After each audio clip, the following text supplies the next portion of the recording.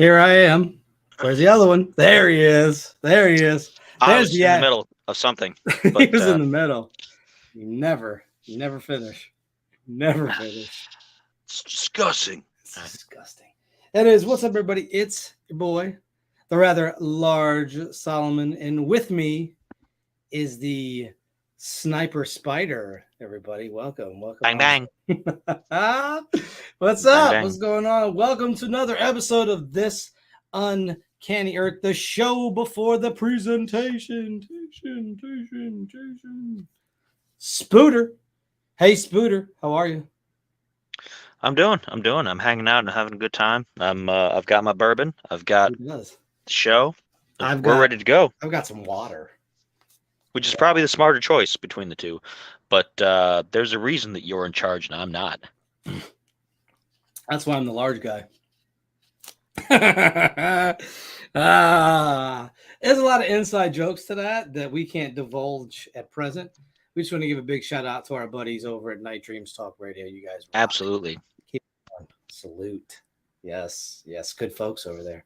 Inspirations, if you ask me. That's right. But what do I know?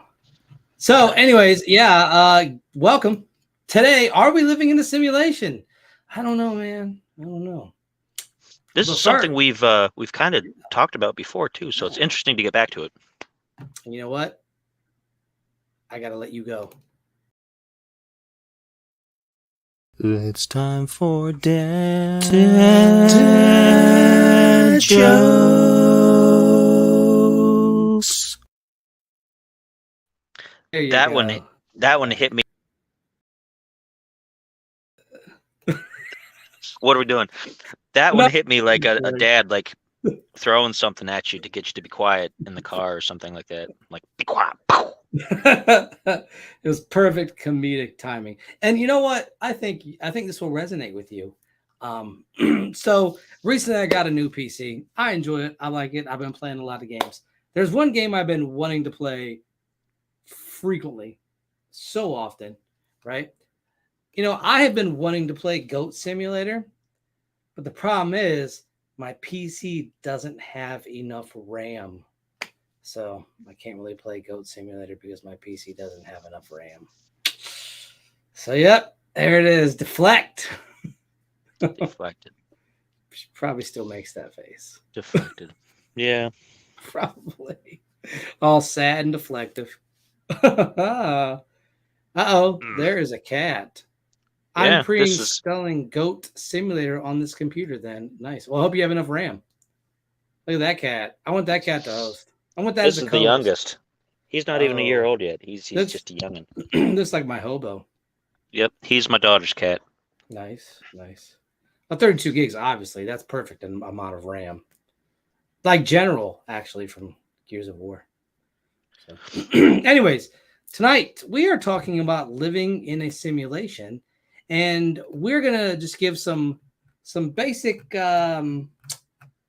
reasons that are irrefutable, if you will, why we might be living in a simulation. And I will be presenting tomorrow in Pennsylvania at the Morrill County Fire Department in Dunbar, PA. 1232 University Circle. Come through, or University Avenue. Forget it. Come see me. I don't know what time I'm going on, so because they let me know like right when I get there. So anyways, I think it's 10 to 6. Speakers start at 11. Yeah. So I will be live. Come through. See me. I'll be talking about giants both near and far. So if you guys are ready. Now, if you attended my previous 3 lectures, that's right, 3 lectures that I have done now. This is a different one. And each subsequent lecture will be different. I think I'm doing 2 this year on giants, and then I'm going to pivot.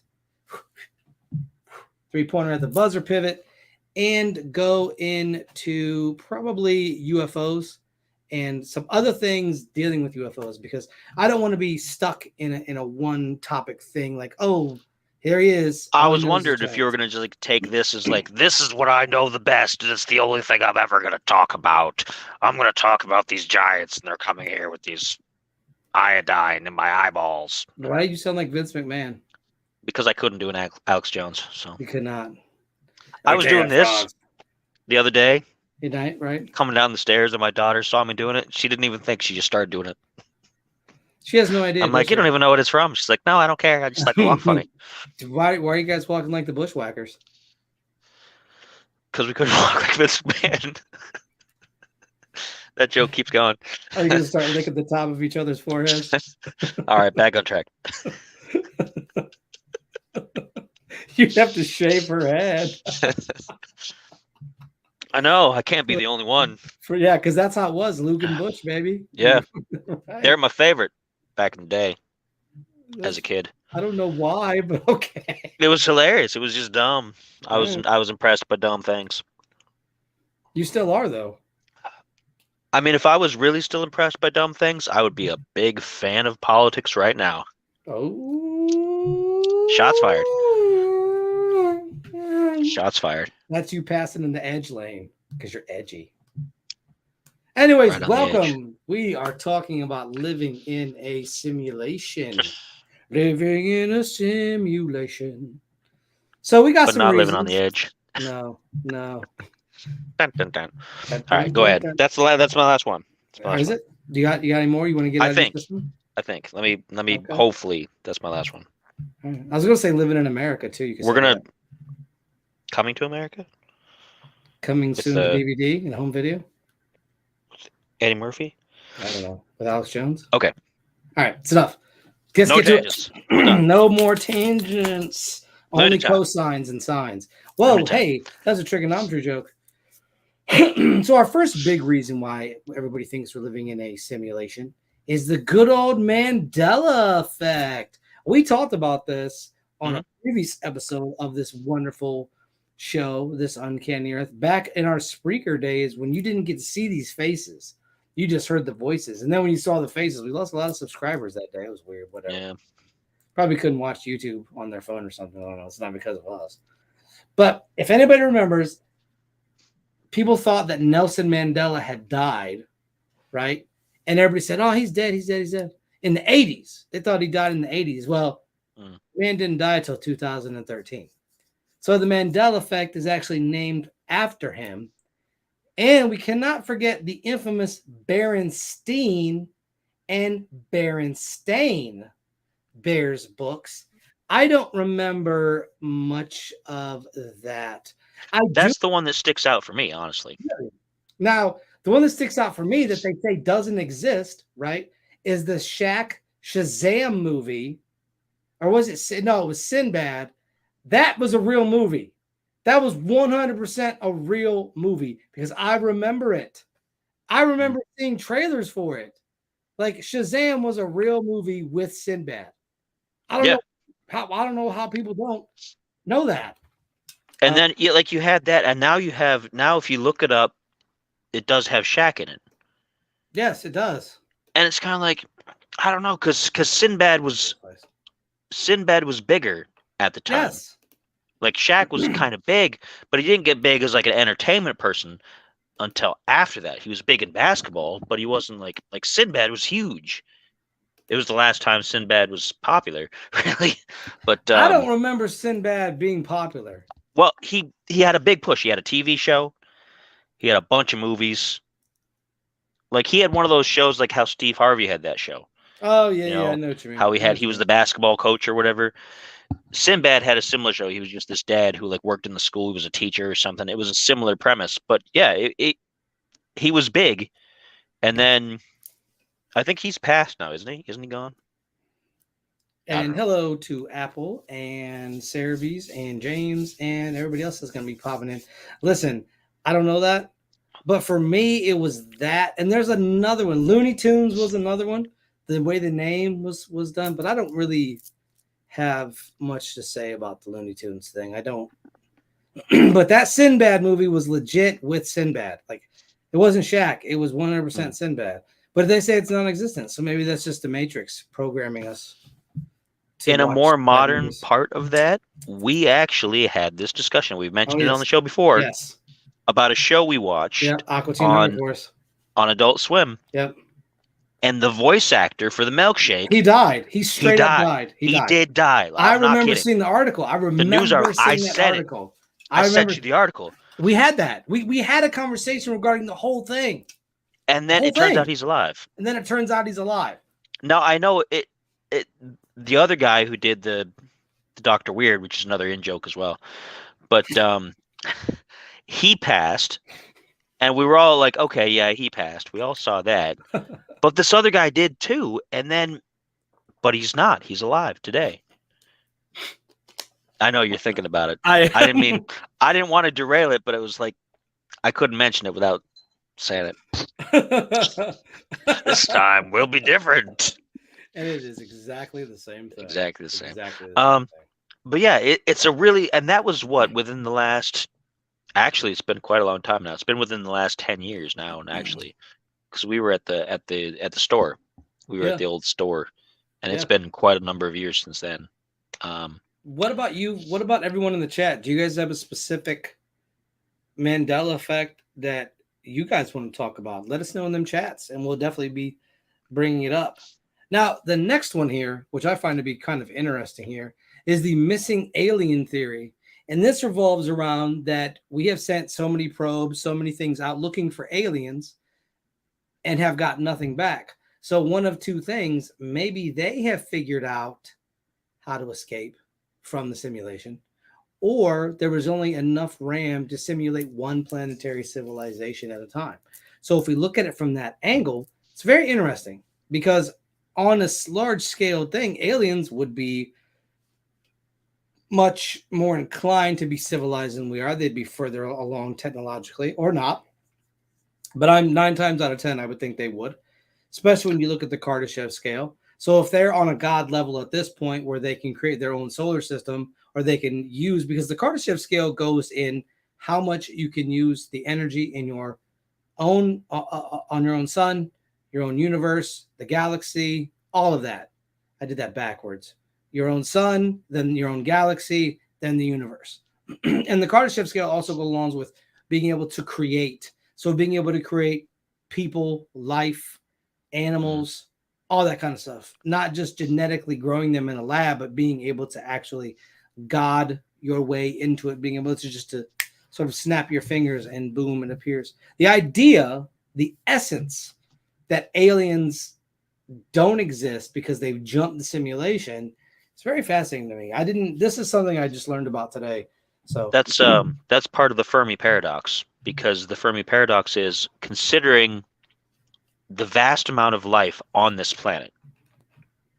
You have to assume that there would be at least a decent chance of finding something out in the universe. And we've found nothing.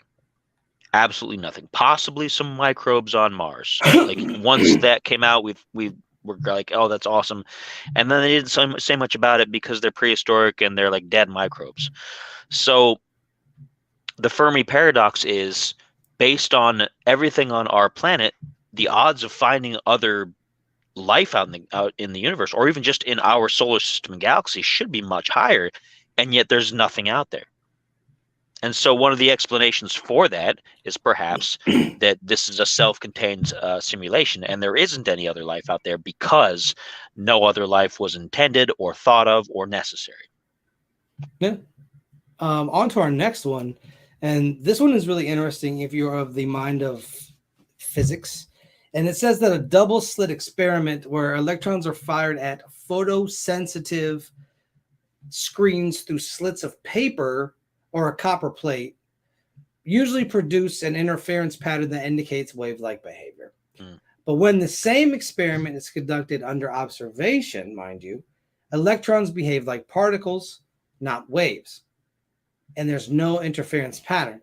Now, some have taken this to mean that our simulation is conserving its resources and rendering things only when it knows we're looking at them. Now, to break this down a little bit easier for you folks out there, when you play a video game, right? When you're playing whatever, Grand Theft Auto is a good example of this. Whenever you're looking at something, the scenery builds itself. Basically split second, like nanosecond timing. But everything that is on the other side of the map doesn't exist. It only comes into view when you come into view with it. So everything disappears. Yes. So when it's observed, Much like the theory of does a tree make a sound if it falls in the woods? If it, Mhm. does the tree make the sound? It's the basic idea that if it's not being observed, it does not exist. We got Deadpool in the chat, and he says, if life were a simulation, it would explain my summoning powers. He does have some summoning powers. So, but yes, the idea that, if you're not looking at it, it doesn't exist.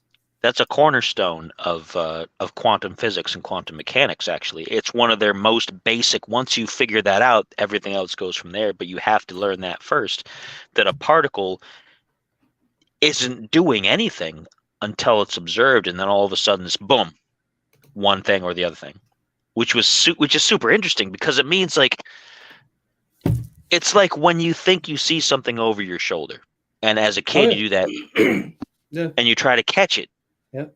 and there's nothing there. It's quantum physics, because once you see something, it is what it is. Yes. But until you see it, which bears like there's so many people looking at everything all at once, it's a pretty interesting thought experiment about group consciousness, which we're not going to get into here because it would take too long, I think. But it's really interesting because it really adds to the fact that the more people see reality as a certain way, it becomes that way because the majority sees it that way, which is why sometimes you kind of wonder, like, what is going wrong with people? This is ridiculous. This is not happening, but everybody believes in this thing. That's why. But that's a whole other, like, that could take that's a whole other nother hour. show. There's So 2 shows that we just did, but it makes sense, and it also runs off the idea of the law of attraction theory that states, if you want something bad enough, you put your whole heart into it, it will come to you. So that could be another reason why, and this is going to steamroll into the next one here, and that is that DNA contains a computer virus. In 2017, a multidisciplinary group of researchers at the University of Washington proved that they could embed malicious computer code into physical strands of DNA. I remember this. Their aim was to show that computers working in gene sequencing were vulnerable to attack, but they may have also inadvertently revealed that we perceive to be biological reality was in fact computer code all along. So it's like we are making this reality, but the reality is all codes. It's all zeros and ones, and we're all zeros and ones. But the idea here is that you could hack your DNA, which I find to be personally interesting because it almost runs the idea of that's what I'm looking for.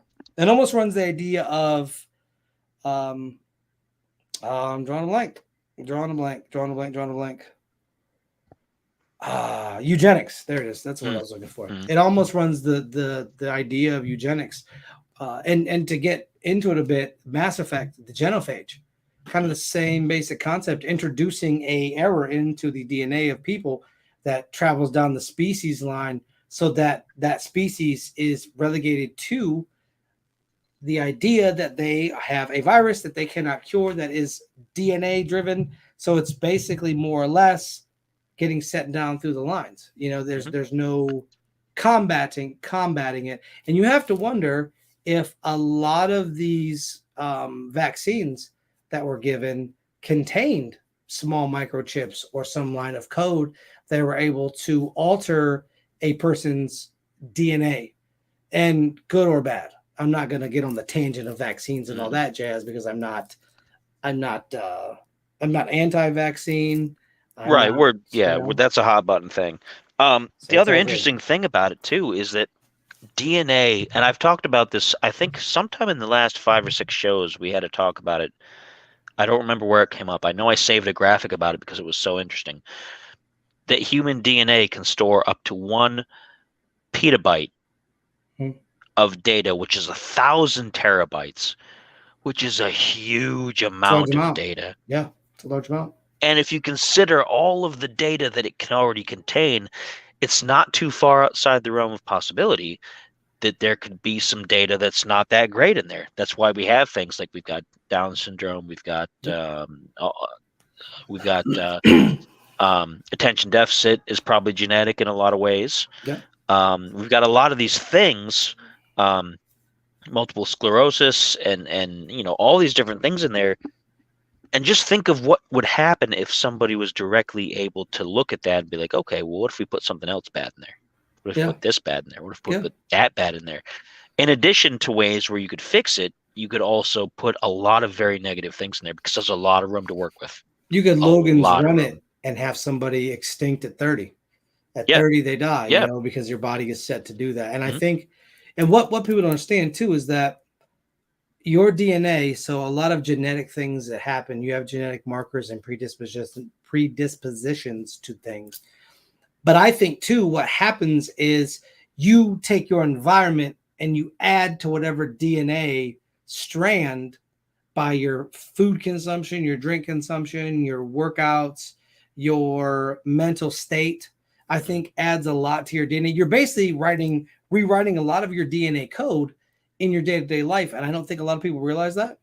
So you have to sort of be able to manipulate that. And that's a whole nother topic for another show, because that gets into, like I said, being able to create your own reality.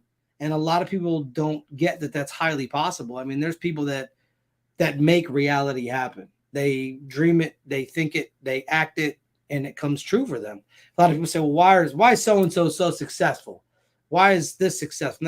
That successful? Because they have that mind state of nothing but success. I think when you go into something that might be failure, you say, if I fail, I'm going to keep going. I'm just going to keep failing until I make it. And I think your body, excuse me, rewrites the genetic code that you have, because you control your body for the most part. You control what you do. I'm not saying everybody can, by the way, but I'm saying you can control it. Muscle memory is a good example of being able to control your body. So, like me, I work out, not to toot my own horn, but I work Look out. at my gains. I took 6 months off, and soon as I jumped back in, it took me maybe a solid week to get back to where I was in terms of being able to lift, in terms of being able to my endurance. All that took about a week. The muscles remembered that at one point I was lifting all of this weight, and they're like, "Oh, you jump back into it? Okay, we're going to jump back into it again."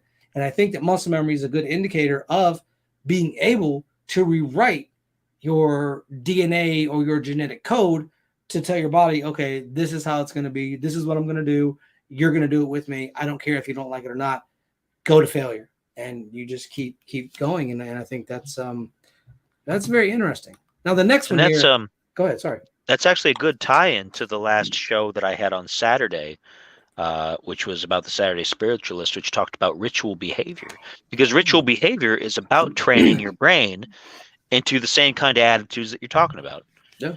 It doesn't seem like, oh, I'm doing a ritual because I'm not wearing my robes, I'm not throwing magic powders around, but you're Right. training in a particular way.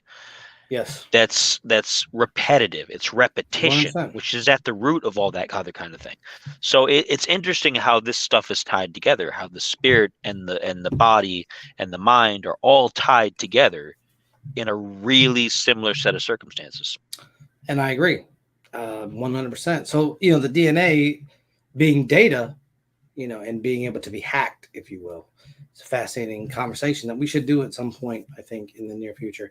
The next one, now this one here, I'm not trying to rile people up. This isn't the hot button show topic, but the thing here is interesting, and climate change. Now, our civilization, just coincidentally, mind you, is set on the cusp of environmental chaos. Now, this is suggesting that we could be in an ancestor simulation, which I find to be very fascinating, created in hopes that we'd show our creators how to solve an energy crisis. I've looked into this before. This theory overlaps slightly with the aliens of simulation quitters theory above. If we find an innovative solution to climate crisis, extraterrestrial beings might return to curb the results. Now, the interesting theory about this is I've heard of ancestor simulation before. Basically, what ancestor simulation is that the people that came before us, they are going through a problem. So what they did was they created a simulation that gave us the problem to see if there was any way that we could advance past what they have already done. Now, there is a series of books called The Three Body Problem by Chixin Liu. He's a Chinese engineer. The first book is fantastic. I didn't read the other two because it gets kind of deep in terms of like engineering. And if you don't have an engineer's mind, it's kind of rough to read, but it kind of goes off rails a little bit. But the first book is basically about that, about these people that are going extinct. They're headed for an ELE event. So what they've done is they have sent a computer game, as it were, called The Three Body Problem to Earth, and to have the specific group of scientists play it and see if they can, in fact, solve the three body problem.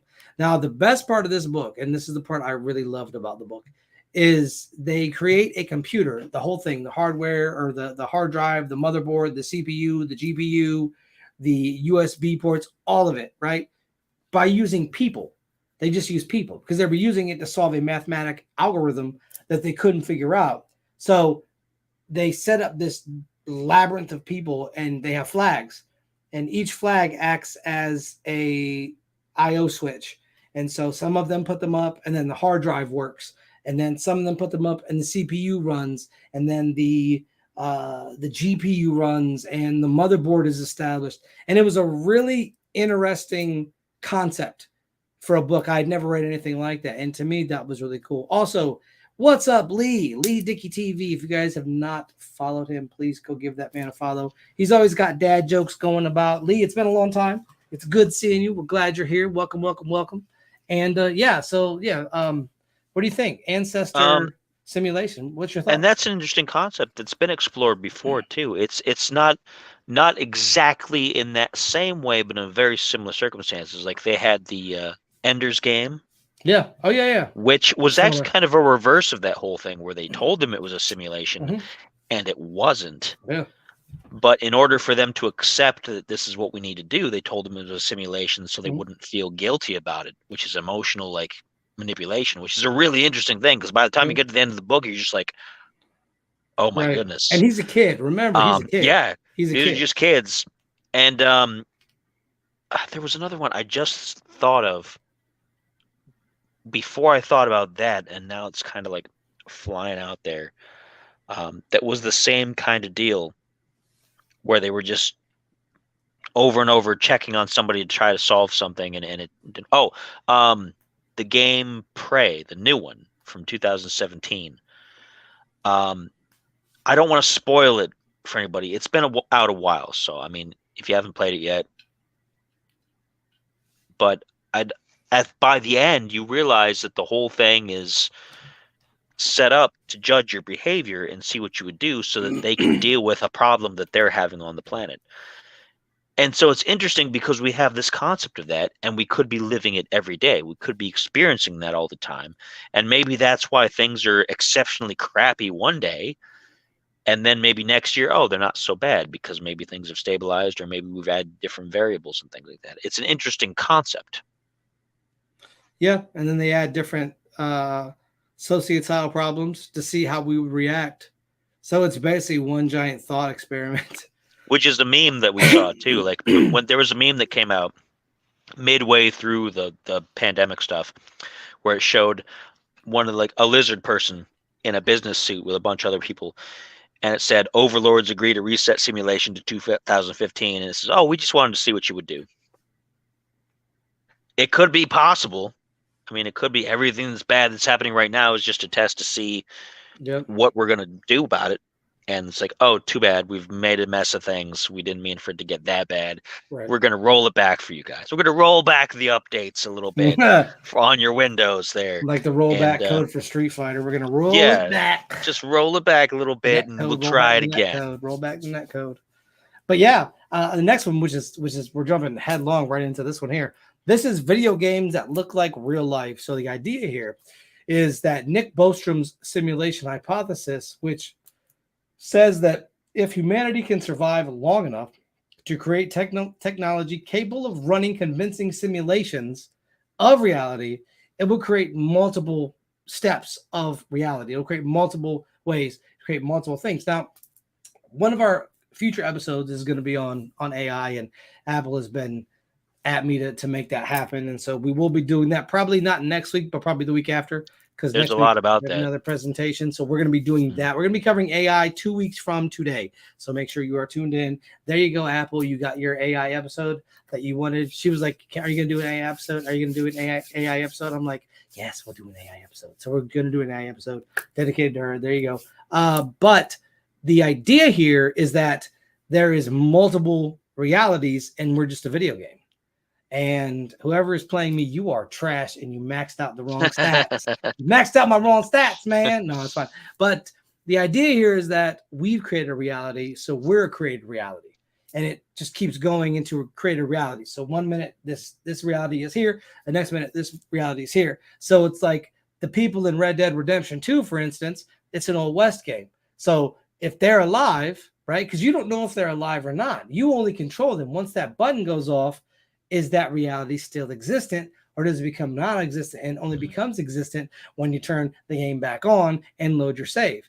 And do they remember their pre-saves? So they remember all those other times you saved. Do they remember cross saves? Do they remember saves across systems? Something I find to be fascinating. But Elon Musk himself, he said, how cool is it that video games in these days look so much radically different than the ones 40 some odd years ago when you had games like Pong and then you had the NES games. Now, if you assume on the rate of improvement, then at some point games are going to become indistinguishable from reality, which is AR. We're talking about augmented reality, which I saw a really cool, this was some years ago on E3. They had the AR version of Minecraft, and it was cool. They were manipulating the map, and they were able to look inside of things and move the mountains and blow stuff up and build things. And you could see it. You could literally see it in a 3D scope. So it was like you were creating your own world with people inside of it that you were able to manipulate, much like The Sims. But instead of it being just on a screen in 2D, it was on a platform. It was on like a table. And they generated the world, and they were able to manipulate and change different things about the world with the movement of their hands and the AR glasses, which I thought was so freaking cool. Microsoft had So something cool. very, very similar to that too. Like they debuted it a number of years ago during some other event, like either during Video Game Awards or like E3 or something. They showed it off, and then you never heard anything about it Never after heard that. anything from it again. Never. But it was really interesting. Yes. And I remember at the time thinking, oh, I hope games don't all go that way because I get fumble thinkers sometimes, and I'll be terrible at that. I don't want to do that. But real life Street Fighter. what's interesting about that is because like things like the Microsoft Kinect that we don't use for games anymore. It's not a thing in modern gaming, but it's still in use for non-gaming things. They use the Kinect for medical procedures. Yeah. They use the Kinect for all kinds of these other things. You just don't hear about it anymore because it failed as a gaming accessory, but it was great as a simulation device to follow your movements, to track your movements, to help you do things. And so that technology is moving forward behind the scenes in huge leaps and bounds. They're talking about being able to, and you've seen it in sci-fi movies, they're talking about being able to put on like a pair of tactile gloves and actually using that to manipulate instruments inside a person's body. Yeah. And capture individual like bits of cells and things like tumors and whatnot, and just like pluck them right out. And it's so fascinating how far that's going, but it's kind of about it too, because who knows what else they can do about that. You get like a bunch of like, better get that beard kind of stroking a little bit like, Pharaoh beard. Gotta have the Pharaoh beard. Yeah, Cerebes actually brings up a good point because this that was their early experiments in that same technology. That's how far back it is. Yeah. There was a cartoon and all this other stuff in the 80s about all that. Like it was just a goofball thing to us. But it's a serious Captain N. It was Captain N. Captain Nintendo. Yeah. That was my show. But it was it's a serious thing, and they've continued to advance it since. You just don't hear about it. You do not hear about it at all. So the next thing we have up is weird news. And let me tell if you guys have lived from about 2016 to now, you have seen some pretty weird headlines. And I won't get into the majority of them because a lot of them are political, a lot of them are virus related. But the weird news, I think, has hit harder than your weekly world news at the supermarket checkout line. Mm. And they're ascribing that to just some goofball that either A, fell asleep at the switch, or the simulation is broken and they just let it go. Or once again, it goes back to the idea that somebody's just dropping these different pieces in to see what would happen, and to go from there. Because some things you just have to wonder, how legit is this story? This can't be real. And we've all said that about news articles. We're like, nah, that's impossible. It can't be real. And boom, here we go. We got some weird news going. Yeah, and then you've got that, and then you've got people desperately trying to make things normalized and not weird at all at the other end. I saw something recently and I was going to bring it up, but I wasn't sure if it was going to fit into this show, but now it does. Haha. There's new research on the Bermuda Triangle, which you folks remember some weeks ago when we were talking about it. I said, you don't hear much about the Bermuda You do Triangle not. anymore. Like as kids, you're like, oh, Bermuda Triangle, Yeah. people get lost all the time. Oh, Yeah. it's exciting. And you hardly ever hear about anything now. Apparently and I wish I'd saved the article, or so I could cite the source there, but there was a news article recently about how a group of scientists had said, oh, well, you know what? If you take the statistics of all the whatever's been lost there, it's really no different from the rest of the ocean. Everything's fine. It's just strange weather conditions, and, there's nothing supernatural about it at all. And I read that, and I was kind of like, that's interesting. But it also feels like kind of like just a glossing over, like just we don't do the Bermuda Triangle anymore. That's done. So let's just forget about it and make sure it was normal, and then move on to the next weird, strange thing that's going on. Which leads me to believe one of two things: either one of three things. Either A, they circumvented the technology, so they found a way, because the magnetic pull is what was causing instruments to fail. And it was just causing people to go in like circles till they ran out of fuel. And then it was just, or it caused instruments on planes to go nuts. So maybe they figured out a way to shoot it from the magnetic energy. B, it dissipated, like whatever was causing it, whatever energy was causing it, finally ran its course, much like a half-life would. So it did that. Or C, it still happens often, but nobody talks about it. People are like, the Bermuda Triangle, that's so 1994. Because you don't hear about the Bermuda Triangle. You don't really hear about planes going missing. And when you do, it's very big news. The Malaysia flight, all those flights that will crash and things like that. But you don't really hear about aircraft failure like you used to. You used to hear a lot about planes crashing back in the day. Now, not so much. I mean, there'll be some times when it's hit by a missile or things like that, but for the most part, you don't really hear about airplane crashes like you used to. And I looked it up just to make sure I knew what I was talking about. And apparently it's an Australian scientist named Carl, here's a big one, Krushelnicki. It looks differently than how it sounds. 100%. It doesn't sound like an Australian name to me, but whatever. He says there's no supernatural explanations for the tales, but rather a matter of probabilities, which was reported by Popular Mechanics. So if you want to read the article, look up Popular Mechanics. It's a magazine and a website, and you'll be able to look up what he specifically said in the study that he did. It seemed kind of light to me on data. Which it usually is when they don't want you to know something. It's always live on data when they don't want you to know anything. Still, I mean, if you're interested in following up, so it's not just me blowing smoke, by all means do that. We always like to make sure we're telling you guys stuff that you can fact check for yourselves. Fact check.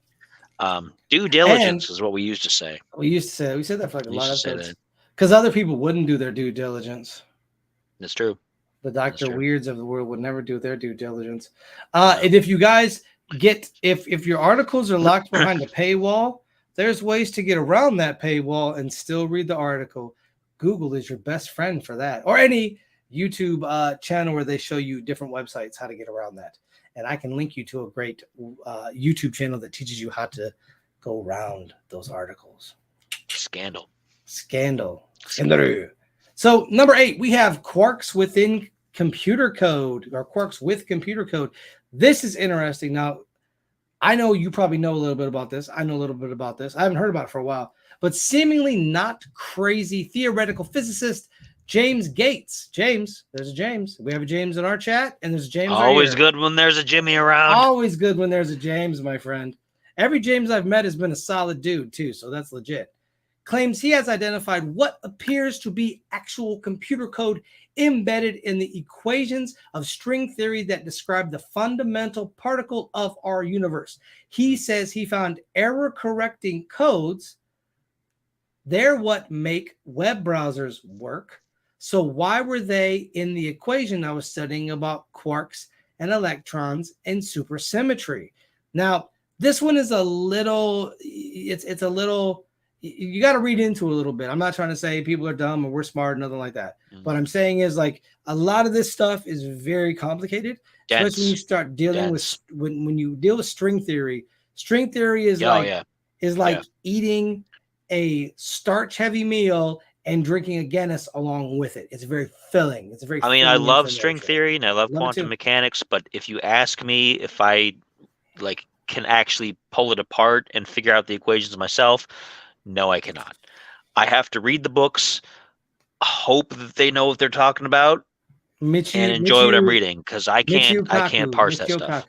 Michio Kaku's Hyperspace book is legit. I read it. I got it up there. Yeah, I've got it. It's either behind me or upstairs. But that book is serious business. I read it, but I can't tell you the math. Read. I can tell you some of the math. I get some of it, but I don't get all of it. But I get a decent amount once it's broken down correctly. But I love that kind of stuff. So, but if you're looking here, you're seeing that there's computer code embedded in the equations of string theory that describe the fundamental particles of our universe. So breaking down just breaking that down is fascinating to me, because it's very complex. When you break it down, it's all meant to be simple. Like this cat here on this lap. Break down that cat's part of particle physics and just his little. I'm about to break him down. Oh, animal abuse. No, he's a good boy. Most of the time, he's just pushy. 15 dimensions. Also, that's the rub. Who do you believe? What do you mean? Who do you believe in terms of what, my friend? And you're very welcome, James. We like having you in the chat, and you've been here, and you have been here for like a lot of episodes. We appreciate you, man. We definitely appreciate you. Why does our universe have rules in the first place? Number 9. MIT cosmologist Max Tegmark. Sounds like a fake name, if you want my honest opinion. Name's Tegmark. Max Tegmark. Max Headroom. I remember Max Headroom. Zip, zip, zip. Zip, zip, zip, zip.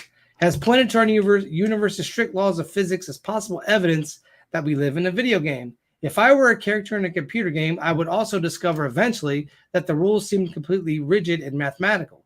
In this theory, the speed of light, the fastest rate at which any particle can travel, represents the speed limit for transmitting information within the network of our simulation. All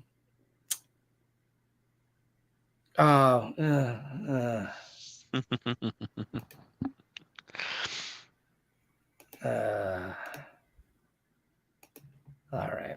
I tell the jokes around here, champ, not you. But yeah.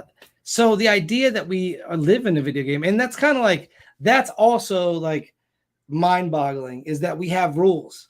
Video games also have rules that if you do action A, action B happens. So is the non-simulation aspect of our world, or their world, what if their world doesn't have the same rules, doesn't abide by the same? Then it just becomes, what if they're a video game, but their rules are different? Because our rules in video games are different. BioShock isn't the same game as Super Mario Brothers, isn't the same game as Final Fantasy VII, isn't the same game as Legend of Zelda, isn't the same game as Grand Theft Auto. They all have different rules and different things. What I mean is, you can listen to a fella explain all kinds of stuff, might even make sense, but what if he's full of it? And that happens. And I think the best way to understand that is to see who else in that field, what they espouse. what they have to say about that situation or that thing. And then you cross-reference it. A lot of stuff, especially in the stuff that we talk about, there's not viable proof. There's not viable proof for dogmen, for ghosts, for Bigfoot, for giants. I mean, there probably is, but we're not privileged enough to get that information. That's higher up echelon type stuff that we don't have access to. So I think you just have to go by, like, what I like to go by is the idea or the notion that you gonna leave that up there. I was the gonna for a idea, minute. the idea or the notion that in order for me to believe something, right? I have to have heard multiple witness accounts. So, like for giants, for instance, which I'll be presenting tomorrow, so don't forget to come on out. Cheap plug. But I have read numerous articles, talked to numerous people, talked to or read numerous books on the subject. So I'm pretty positive that giants existed. Did they exist in the form that people said they do? Maybe. Were there 90-foot tall atoms running around? Maybe. Our world hasn't always been the same. And so, therefore, we have to understand that just because our world hasn't been the same doesn't mean that physical properties have been the same, doesn't mean that physics has been the same. And I'm sure some scientists would come on and be like, well, burp, burp, burp, burp, burp, burp, burp, burp, burp. And I'm like, well, burp, burp, burp, burp, burp, and he'd be like, durka, durka. And then I would durka, durka. You know what I mean? And there has been, like, I think this is another thing that it's interesting that we're hitting topics that we've kind of gone over a few times over the last several weeks, kind of reinforcing that I see what you're saying, James. there's been some talk every couple of years where they say, oh no, this theory of relativity, it's we've proven it wrong. And then a couple of years later, oh nope, it's right again. Oh nope, it's wrong. Oh no, it's right again. And that kind of thing happens. And physics is changing back and forth, which kind of hits that theory a little bit.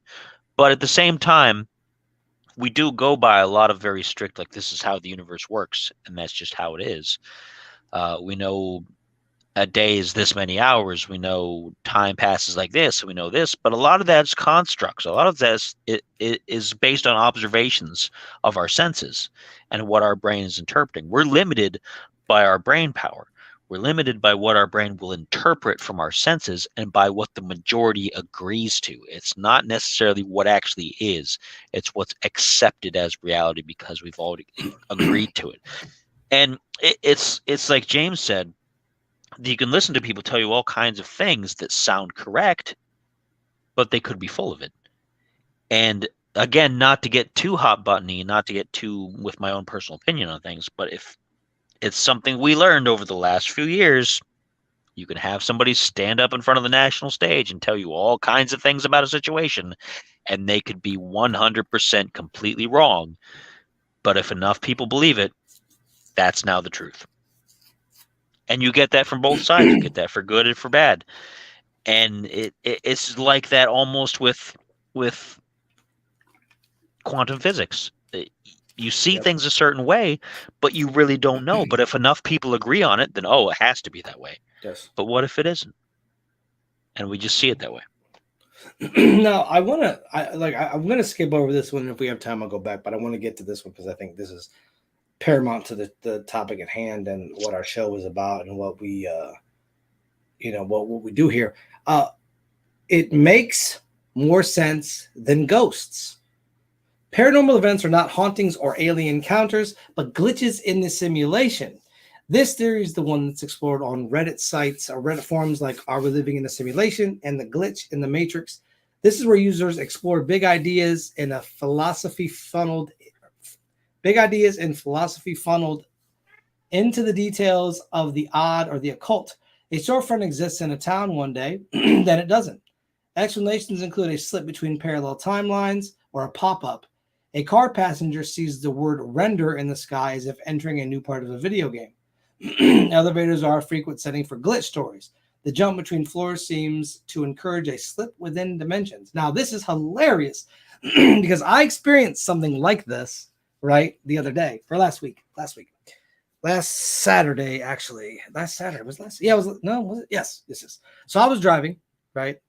And me and a passenger we were headed down the street, And there was this blinking green light. Never forget it.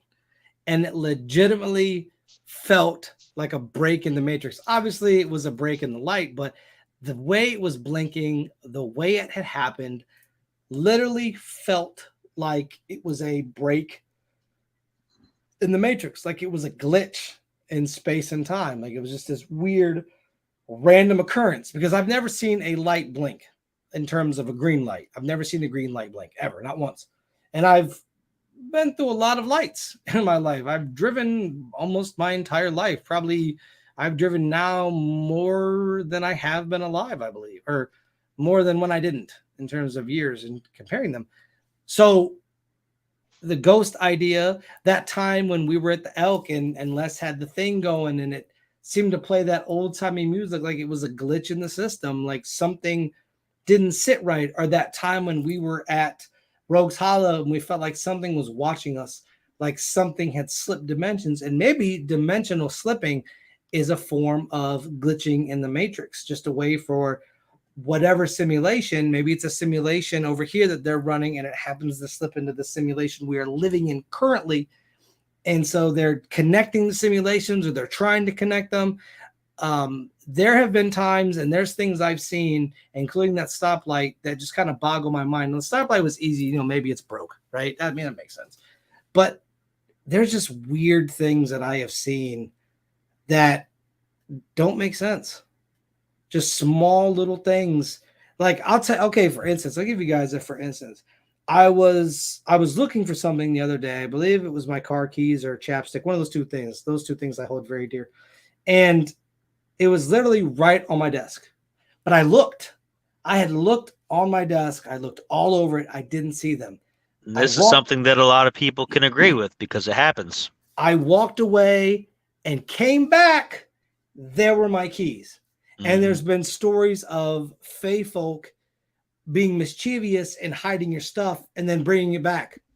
So, and I've had this happen more times than I can count. And I know I put it there. I like, and I get a sense that it's there. I have that feeling that's like, I know it's there. I put it there. I remember putting it there. I saw it there. It's there. It's not there. But I'll walk away, come back, boom, there it is. There it is. There it is.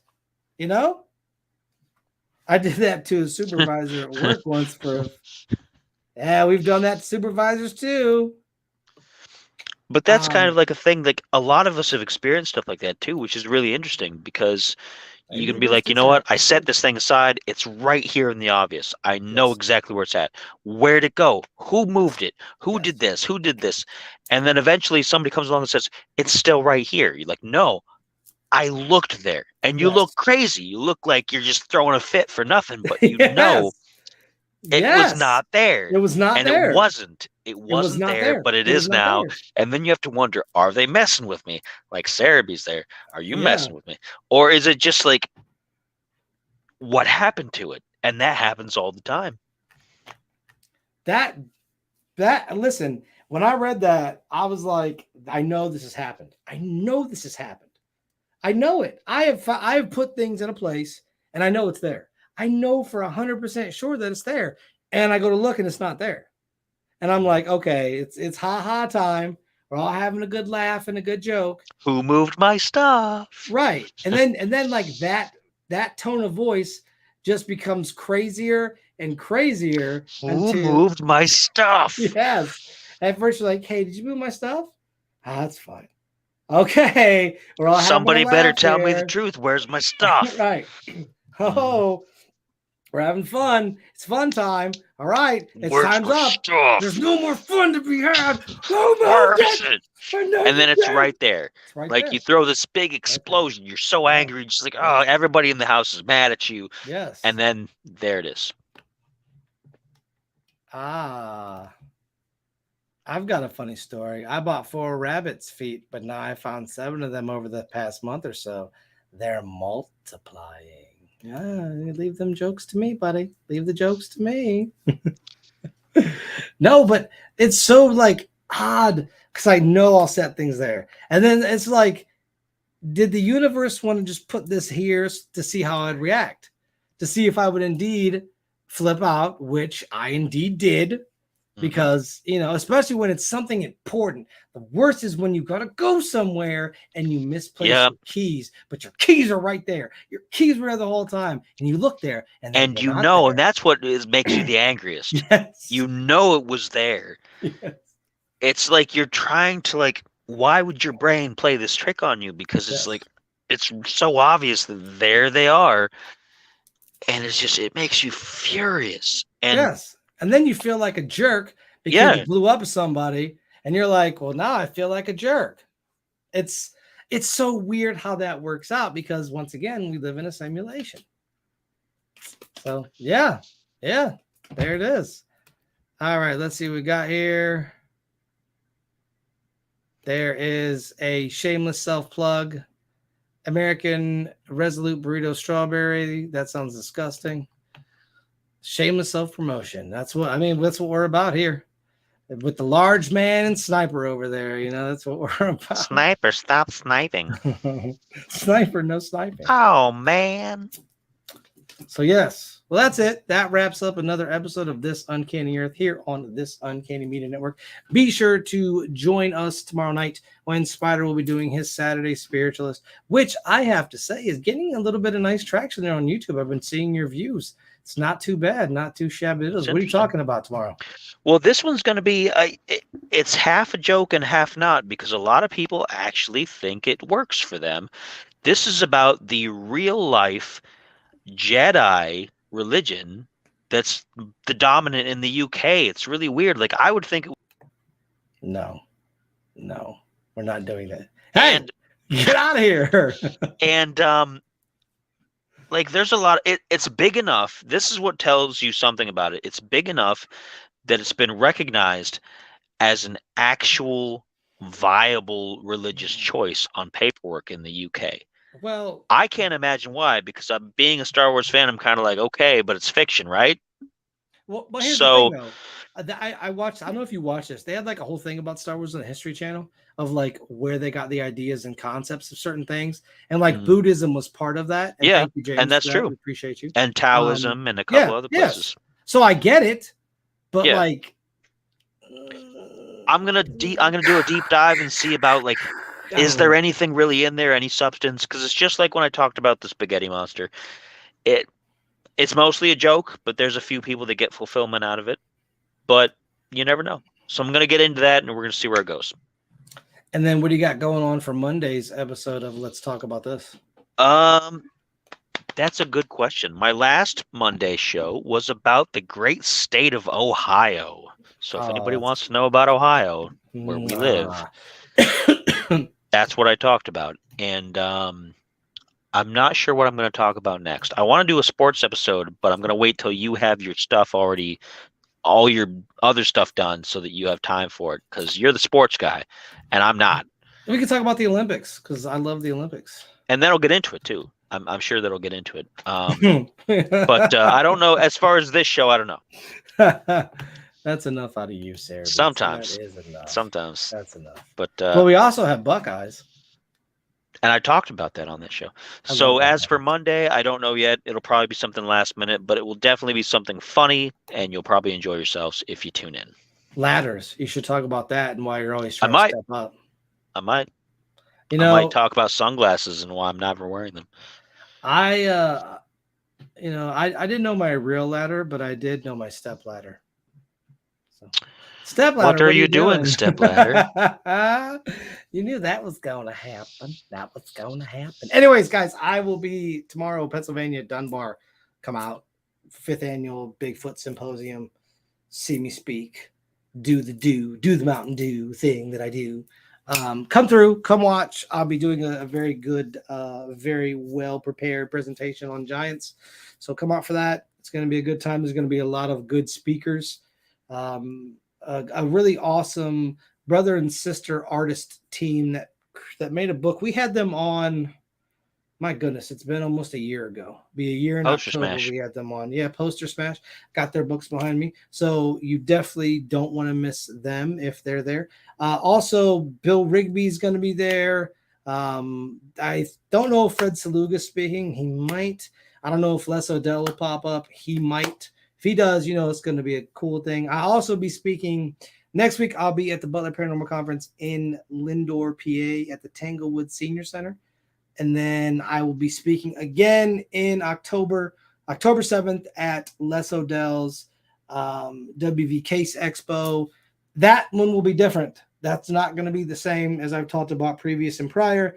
That one's going to be switched up because I'm going to try to do that where every year I'm going to talk about something new because I don't want to be stagnant. So I do like Giants, but I also want to start getting into other things. I don't want to be known as that giant guy. The giant guy and sniper. So, that's coming up. We got a lot of good things coming down the pipeline. Also, don't forget, we both stream. If you're watching me, some of you are watching me through the Uncanny Alchemist. If you are not following me on the Uncanny Alchemist over on Twitch, please do so. It is just Uncanny Alchemist. I changed it like 5 months ago. So follow me on that. You can follow Spider on his Twitch channel, DMGRMN. Is that? No, I missed that. DMGR. DMGRGN. DMGRGN. It's difficult without the vowels. Change your stuff, man. God dang.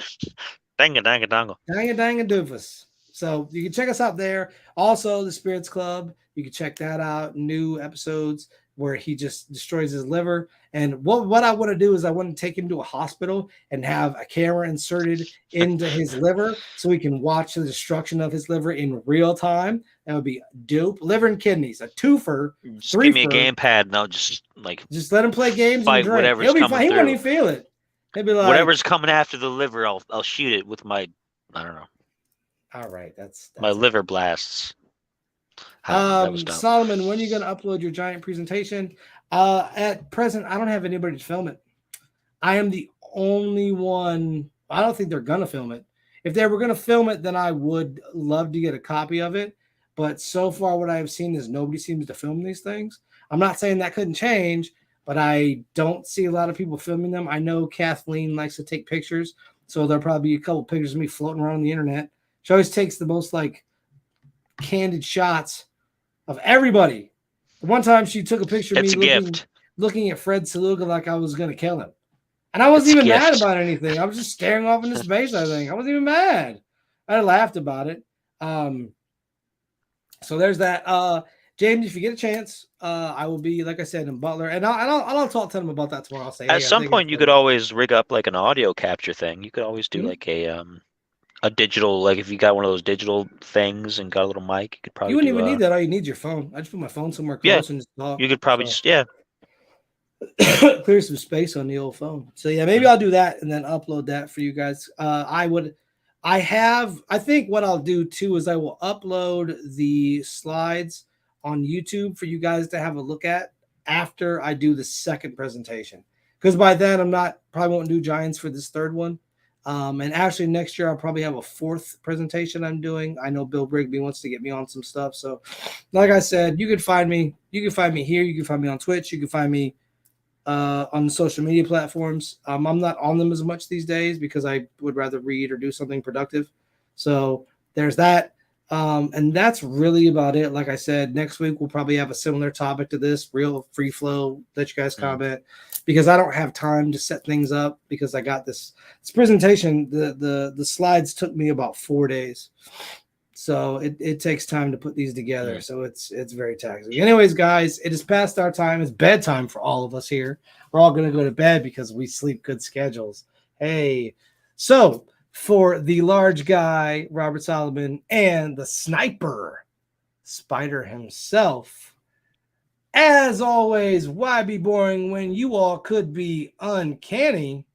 We will see you folks next week.